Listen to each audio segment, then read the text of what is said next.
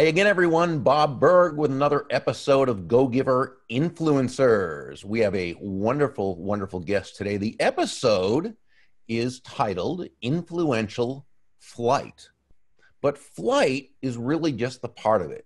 It's the MacGuffin to what this woman really does. What is a MacGuffin? Well, if you've read John David Mann's and my follow-up to the Go Giver, Go Givers Sell More, we talk about a concept called a MacGuffin. No, it is not a fast food served as breakfast at a local franchise. A MacGuffin is a movie term. It was coined by Alfred Hitchcock, the late great British film director. A MacGuffin can be defined as the object around which the story revolves. But when you get to the end of the story, you realize that what the story is based on, what the story revolves around, is not what the story was actually about. A great example of a MacGuffin might be the old movie classic Wizard of Oz. The MacGuffin was Dorothy's quest to get back home to Kansas. Remember, everything about the movie was about her getting back home. Yet, when you got to the end of the story, you realized it really wasn't about her getting back home. She had that power within herself all along. No, it was about four friends who came to realize that the character traits they thought they lacked, they actually had the entire time. They just needed to be able to step into that and embrace it. That's what the story was about. And you can take any great movie, and there's always a MacGuffin, that thing around which the movie revolves, yet that's not really what it's about. And our guest today didn't break through a glass ceiling. She just ignored any glass ceiling because she did her own thing. She did join an industry that is absolutely, or was absolutely, totally male dominated, and created her own game. She changed the game and did great. And yeah, that's what she does, but that's just the MacGuffin, because her mission is a lot more than that. René Banglesdorf is co-founder, along with her husband Curt, and CEO of Charlie Bravo Aviation, an Austin, Texas-based company that buys, sells, and leases corporate jets worldwide. Having started in 2008, her firm works with government entities, nonprofits, corporations, both large and small, and private individuals, and it's closed deals in more than 40 countries, ranging from hundreds of thousands of dollars to over $30 million. René is part of an elite group. Get this. Only 4 to 6% of high-level aviation positions are filled by women in North America and Europe. Among her advocacy for this group, in 2018, she organized and emceed the International Aviation Women's Association Inaugural General Aviation Women's Leadership Forum with more than 100 female leaders from the industry in attendance. She served on she's an active member of the National Business Aircraft Association. She served on the advisory board of Phoenix Arising Aviation Academy, a group that teaches the love of STEM learning through aviation in her local community. She's done this for 3 years and continues to promote STEM learning through other activities. She serves as a supply chain coordinator for PALS Skyhope Disaster Relief. This is a charitable organization that utilizes business aviation to help in times of natural disaster or life-threatening situations. In 2016, she wrote a book entitled Crushing Mediocrity, 10 Ways to Rise Above the Status Quo. And she wrote that with our mutual friend and a former guest, Lisa Copeland. In 2017, René was the Enterprising Woman of the Year winner and a finalist in the Austin Business Journal Profiles in Power. Welcome, René. Oh my gosh, Bob. Now I have to live up to those great accolades that you gave me rolling into this chat today. I am beyond excited to be part of the Go Giver Influencer Facebook Live show today. It is my pleasure to join you from across the country in an equally steamy environment, I think. I think it probably is, yes. And you're always living up to the billing and always living up to that reputation. And I want to I want to begin at the beginning. Share with us, you're a major player in your field. Couldn't have been easy. What's your story? I think we'd all kind of like to know that. How did it Well, happen? I wish I could say that I had this burning desire to crush glass ceilings and fly above them and be a rocket scientist or something like that. But really, the way I got into this industry and the way things happen to a lot of people is completely by accident. I went to school to be a journalist. I wanted to be an international war reporter. And I got pregnant and got married. And after a number of years, my husband decided that he wanted to buy and sell private jets. So we left Washington, D.C., we moved to Texas, and the company that he worked for needed some marketing help. So I had a little bit of marketing experience and signed up to help them with that.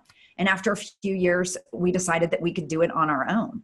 So Curt and I decided to start Charlie Bravo Aviation. And I started out just kind of being the helper, being the person who was doing marketing and answering the phones and, doing the accounting or whatever else. And we had a client who asked us if we could get certified as a woman-owned company. And for those of you who've done it, been certified by WeBank or the SBA, you know that it can't just be the woman owns 51%. The woman has to lead the company. So I stepped out of my flip-flops into some combat boots and or maybe flight boots and took a leap of faith and became a leader, not just in my company, but ultimately in the industry. And it has been a crazy ride. Okay, I love that. I love that story. So now I want to take it to the next level, because during one of our conversations, you said something that I found was interesting. And I know you're humble, you're modest, and as you said, well, I sell jets for a living. It's not exactly changing the world. And I said, actually, it is changing the world on a number of levels. First, aside from just bringing a valuable product or service to the world, more than that, you've kind of now said, okay, this is not just a guy's game, and that any young woman growing up can go into this field, and someone has already done it. Okay, the pioneer has already done it. So now it's a done thing. It's that breaking the 4-minute mile thing, and then 2 months later, 10 or 15 people are breaking the 1 minute. So that's a big thing. That's a very big thing right there. You've helped a lot of women and men too, but in this case, we're specifically talking women, to kind of get past self-imposed limitations. Is that a big part of your mission? It really is, Bob, a big part of my mission to get people past what's going on in their head. And I look back, there aren't a whole lot of glass ceilings that I've broken, but I'm following in some other people's footsteps and maybe stepping on some glass on my way up. And I look back at the women who flew, and you can see them behind me on the wall here. I've got a tribute to these women who were in World War II as pilots and mechanics, and they were training men to fly planes. And so if I look at them as an example and say, hey, they believed that they could do something way back when, and they did it very, very successfully. In fact, some of those women were much more daring pilots than the men who gave their lives in combat for our country. They were amazing. And so just following in their footsteps, I really think women have to believe that they can do it. And it goes back to a lot of things. We have to get out of our own way a lot of times, and we've got to shun the limiting beliefs and take on some liberating truths. And the thing is that women bring a lot to the table, and sometimes those things are different than men's, and sometimes the obstacles you have to overcome are different than men's. And we can get into that a little bit more later. Okay, so let's go back to something else too, and to the actual part about leasing jets, not changing the world. And you said, but you know what? Through doing that, you've developed a platform where you could change the world. And so what you said, and I thought this was so poignant, a lot of kids coming out of college now, they don't want to just go into a job. They want to change the world, but they're not necessarily equipped yet to do that. So what you kind of said, and this is how I took it, and please feel free to correct me if I'm wrong, because I'm often wrong. Okay. And I learn because I'm wrong and people will correct me. So someone wants to change the world, but there's nothing wrong with them going into something that's a MacGuffin either. Something that just allows them to earn a paycheck. And as they're doing that, they can be deciding on the other ways they can contribute. Well, Correct? I think that's a really important concept, Bob, and it's one that we talk about a lot, Lisa and I, in our book, Crushing Mediocrity, and it's about finding your underlying why. So what's the thing that really drives you? And the thing that really drives me is finding creative solutions to problems. And so I'm able to do that in my everyday job when I have to work with 2 or 6 or 12 attorneys in any given deal and come up with a solution that works for everyone to close the deal. But I also like finding solutions for societal issues. You know, a year ago, almost exactly, we were coordinating flights to the Houston area, specifically Orange and Beaumont, to get supplies into an area that was ravaged by not just a hurricane, but pretty severe flooding. So all the roads were flooded, trucks couldn't get through, but airplanes could land. And so I'm able to take what I do every day and the connections that I form and apply those to doing great things for my community. And I think that's a really important concept for younger people to realize. No, my job isn't, I don't work for the Red Cross. I don't work for the Peace Corps. I don't work for Tom's Shoes where I'm, giving one for one. I'm not in a part of a social enterprise, but in my daily job, I can find ways to touch the world around me. And I think that's a really important thing for people to see. There are jobs that need to be done that pay well, that enable me to give money to a fishing ministry in Cabo San Lucas that feeds kids in the barrios. So that's one thing that I can do to influence the world around me. And then the other thing that I can do is look for opportunities to be influential in the place that I am right now. And so, yes, that's with hurricane relief or earthquake relief in Haiti, but it's also in reaching out and mentoring younger women in my industry or outside of my industry that face some of the same things. Yeah, and it really says that for the person coming out of college, if you're in a job, even if you don't love the job, and I want you to love your job, I hope you do, but even if you don't, find a way to love the experience, find a way to love the opportunity, find a way to give value, to bring value to your employer, to those you work with. I love how you said it. Learn how to solve problems, because those who learn how to solve problems, they always have a place. And they can then, if they can solve a problem for the person selling widgets, manufacturing widgets, they can then help the volunteers who are going into Haiti to do relief, because they can problem solve. They can find a way to get, you know what I'm saying? And I think that's really what you're teaching them. And that's really the message. And I think it's a fantastic message. Now, well, thank you. You and Lisa, in fact, beforehand, again, do you have a copy of your book, Crushing Mediocrity, with you? I do. I actually have my computer stacked up on a couple of them. Oh, you do? Okay. And I don't have it right because it's in the other it's in the library in the other. Oh, there you have it. Okay. But I pulled one. Yeah, I pulled one. There it is. Crushing Mediocrity, 10 Ways to Rise Above the Status Quo. And I saw that Shannon put your website on the link to get the book on Amazon. And Shannon, if you could put the link to her website, tell us your website again, Renee. So the website for the book that both Lisa and I are on, and there's some extra goodies on that website, is called crushingitacademy.com.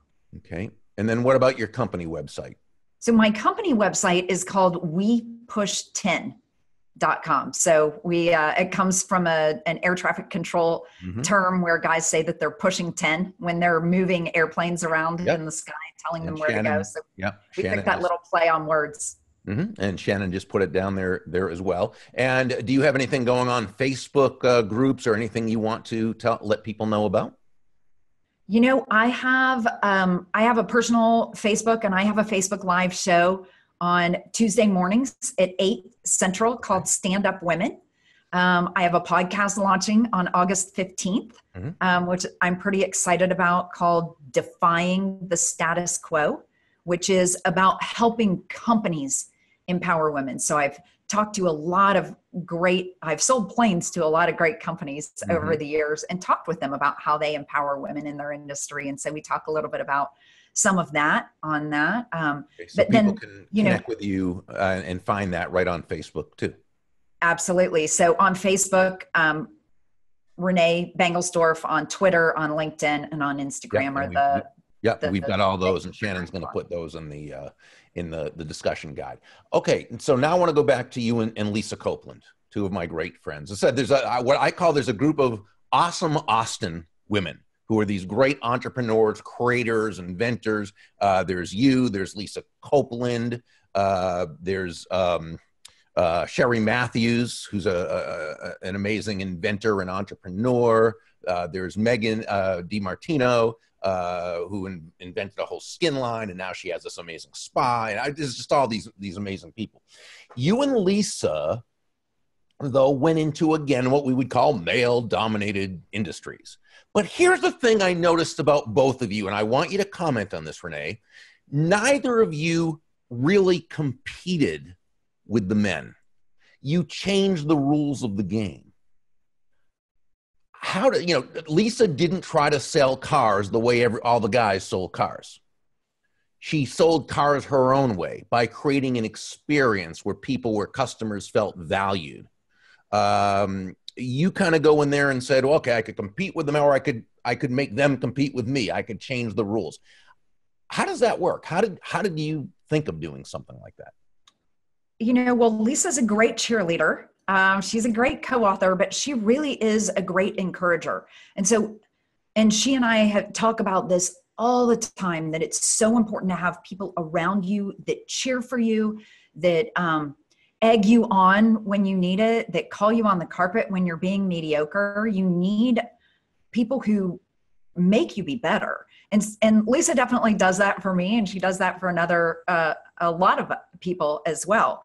And Lisa really inspired me, because she did come back into the car industry and say, I'm going to turn this on its head. And I think that it's really important that we do that. And I will say that when I came into selling aircraft, I was not as confident as I am today. And I didn't try to compete with the men. I tried to keep up with the men. And then I grew into competing with the men. And then I realized, it dawned on me one day when I was, trying to edge myself into a conversation at a cocktail party, like, why the hell am I trying to be one of the guys? I'm not a guy. I need to celebrate my differences, and I need to use my strengths to better the industry instead of trying to be like everybody else. And I think Coco Chanel, I love her. And she says, you need to be two things: fabulous and different. And finally, I've learned to embrace that. I love that. There was so much wisdom in that explanation. Thank you. Okay, I have a question here from a viewer. Anne-Marie Amante. Anne-Marie, by the way, before coming to the U.S., she was actually one of the biggest news anchors in Trinidad. So very distinguished career. And she writes, women have to get out of their own way. I love it. I also feel that women need to get out of each other's way, and that we don't support each other enough. In my years in the corporate world, I can't tell you how many women I've encountered who, instead of lifting up other women, they pulled them down. I was wondering, René, what are your thoughts on this? Amen, sister. Amen. I absolutely love that. I agree with it 100%. Women can be really mean, and it's rare. it really is rare to find women who are doing everything they can to pull other women up, especially in a middle management role, because they feel like they're competing with one another to climb a corporate ladder, as if there's only one spot for a woman at the top of the ladder. And I think we need to look at the opportunities. If we are all climbing together, we can really take over from that standpoint and really make a huge difference. And there's a quote that Lisa and I have in our book, and it really is one of the most important things. I'd love to read it if that's okay, Bob. Please do. Absolutely. So there's a 19th century poet, so a man who lived in the 1800s, who said, his name's Matthew Arnold, and he said, if there ever comes a time when the women of the world come together purely and simply for the benefit of mankind, it will be a force such as the world has never known. So my answer to Anne-Marie is yes, absolutely it happens. And yes, absolutely it needs to change. And the way that we change it is we each decide to do the right thing. So if I do the right thing and help other women, and you do the right thing and help other women who aren't doing that, maybe it's contagious. And maybe we can set an example and begin, even if we just begin small, maybe we can change the way that it is, and women can cheer each other on and celebrate one another, and we can begin to change the world. Amen. Amen. Question about success principles, because successful people tend to do successful things and they do them over and over again. And I'm pretty certain that success principles work across the board for both men and women. And most men and women agree with that. And I'm not going to say but, and you've said before that, yes, while the same success principles work, men and women sometimes apply those success principles, the same principles, but in different ways. Would you unwrap that for us? Yeah, so I think what you and I were talking about when I said that was how sometimes we have to get out of our comfort zone or get out of our own way to press into something that we haven't done before. And what I often see men doing, and some more aggressive women, is faking it until they make it. And there's a place for that sometimes. But what I often see women doing, especially in male-dominated industries, is saying, yeah, I'm not going to do that because I don't feel like I'm equipped to do that. And they hold themselves back. And so men will fake it till they make it, and women will hold themselves back. And I think we need to have a good balance there. And that's where we see success, is women saying, okay, I'm willing to get out of my comfort zone and learn on the job, while men are saying, I'm just going to fake it until I make it. It's the same thing, right? You're learning on the job. It's on the job, real life experience. And man, is that the best way to learn. But I think we approach it differently. And, there's maybe a challenge there to women saying, hey, you've got to be willing to put yourself out there a little bit and take some risks if you're going to be successful. Your daughter, her name is Brooke, and she is about an hour north of where I am right now. I think she's in Vero Beach. She is. She's taking flying lessons. Oh, like mother, like daughter. And so she is entering the same world you are. Pilots still not well represented in the world. So I want you to tell us about this. And I want you to tell us about Brooke, but then I want you to take it from the mentor angle here. Younger women who are entering, again, a field that's still mostly male, I guess. And I even hate to say it. It's embarrassing for me to even say that, because it just seems like this should not be an issue at this point in human consciousness. Let's go back to why it's an issue, because I think this may make you feel a little bit better. Do you have grandkids? I do not. Okay. So think about kids when they're on the playground, when they're in kindergarten, and if a race car drives by or an airplane flies overhead, the boys are gravitated to that in a split second. They're looking up, Airplane. My son, when he was little, would say hairplane.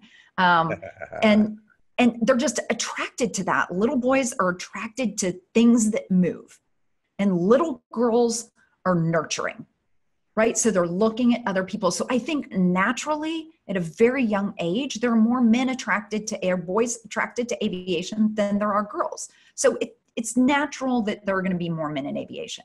And as we've invited more women to participate in STEM fields, we've seen some growth in this. But pilots, not so much. For the last 20 years, 7% of the US Air Force pilots have been women, just steady line. And it's about 6% for airline pilots are women. And that's around the world. It's not just here in the US. And there are a number of reasons for that. I mean, it's a crazy schedule. It's very strenuous physically to fly, believe it or not. I didn't know that. I thought you just pushed buttons, but you're actually controlling the wings and the ailerons and the flaps of the airplane while you're flying. So it is a strenuous job, and you have to be in shape. And so, you know, it just hasn't traditionally been something that women naturally gravitate to.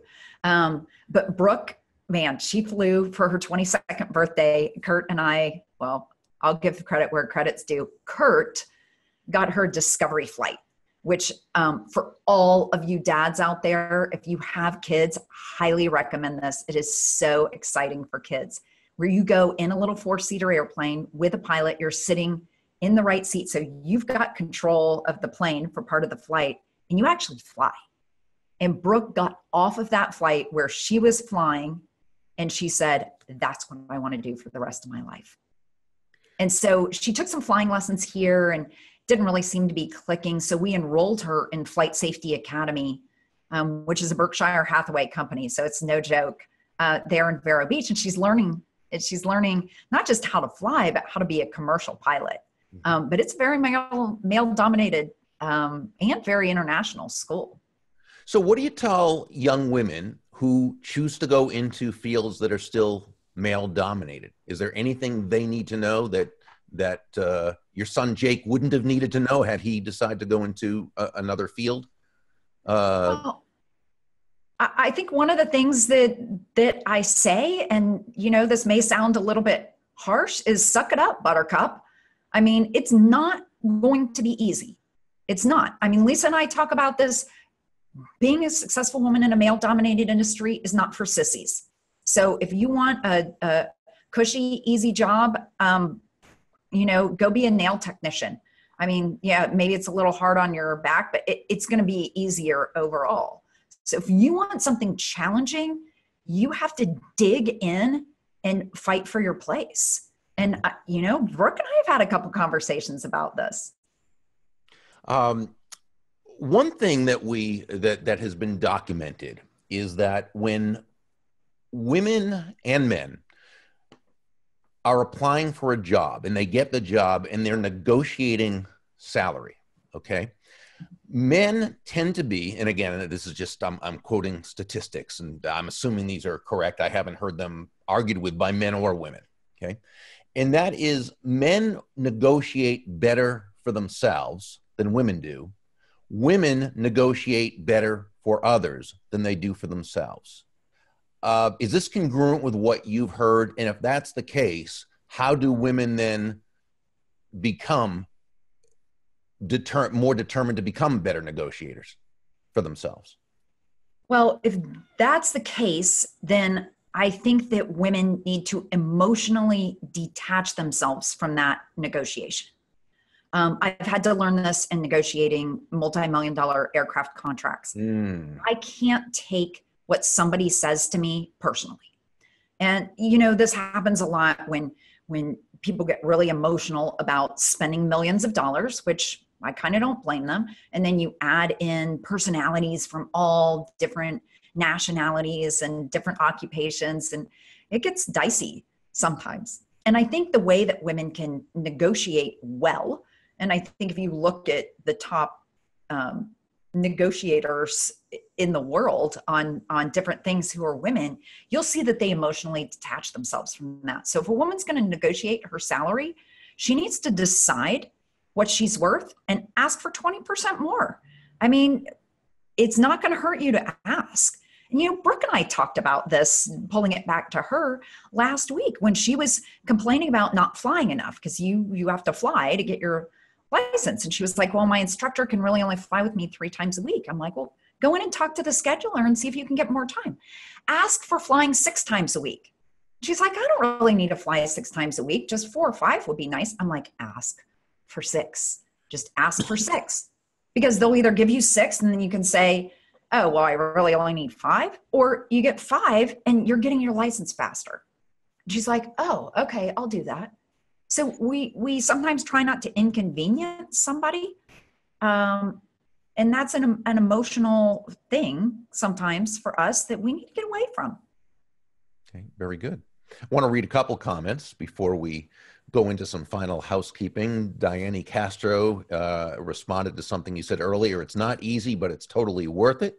Ken Wall said, that's awesome. Anne Marie Amante, who asked that great question earlier, she said, thank you, Renee. You brought me to tears. You are exactly what the world needs. And I agree. Todd Moore says, I keep telling my wife she needs to join a women's empowerment, organization, as she's a pioneer in her industry that's male dominated by 95%. She's a systems administrator, the keeper of data and security, representing only 5% of women in the industry. And he says his wife, Patricia, beats them all with a 100% rating. As in the 20 years in the industry, not once did it go down for a single second. He's very proud of her, and I do not blame him at all. Ken Walls, Lisa does that for me too. She is incredible. I guess when you were talking about Lisa being so encouraging, let's see, whole bunch of great, you were a hit just as I knew you would be. You're always a hit with me. And let's see, there's lots of other comments. And of course, I'll go back and make sure to connect with everybody later on. Renee, what are you up to now that we need to know about, my friend? You were talking a little bit about your Facebook groups. Tell us about that again. So in my Facebook group, I am talking, or in my Facebook Live, I'm talking with women who are what I consider stand-up women. So they're women who are pioneers, or they're standing up for people who perhaps are underdogs or underrepresented. They are making a difference in a male-dominated industry. One of my guests a couple weeks ago had encountered bullying, both in her job and in her daughter being a rodeo queen. So we talked about how to overcome that and how to really stand up to some societal ills. So that's coffee on Tuesday mornings, and then a podcast starting on August 15th called Defying the Status Quo. And hold your book up again for us, if you don't mind. The book, Lisa and I actually have a course coming out for this book. We spent a day completely sequestered a couple of weeks ago with a couple of video cameras, and we just talked completely unscripted about the takeaways from our book and some behind the scenes stories and some feedback that we've gotten from people who have read the book. So I'm thrilled to be finally bringing that course to light. And, I'm kind of glad that we waited a little bit and got some feedback from people about what really resonated with them in the book after we published it. Would you let us know when you have that out so we can promote that all over the place? That's going to be a great. Absolutely. Absolutely. I think it'll be fun. And if I don't tell you, Lisa will tell you 87 times. She sure will. Okay, let's see. For those of you who are not yet members of our Go Giver Influencers Facebook group, make sure to join us there. Kathy Tajanel, my awesome business partner, she posts little inspirational quotes from the books, and there's a lot of sharing and great info that goes on in there between our 4,000 or so influencer members. If you are interested in attending our Go Giver Entrepreneurs Academy, we just got through with the last one. The next one is, I think, the first week of November. Shannon will be putting the link in there, but it's gogiverentrepreneursacademy.com. If you would like to become a speaker, one of our team of certified Go Giver speakers, that's at gogivercc.com. speaker.com. Again, Shannon will be putting the link in there. If you have not yet read one of John David Mann's and my books in the Go Giver series, there's The Go Giver. Our newest one is The Go Giver Influencer. Both of those can be found at thegogiver.com. And again, René Banglesdorf is co-founder of Charlie Bravo and CEO of Charlie Bravo Aviation in Austin, Texas. Thank you so much for being with us again. You are just awesome, and I appreciate you greatly. Thank you, Bob. Back at you, and this will wrap up another episode of Go Giver Influencers Facebook Live. Until next week, make it a great day and a great week. So long.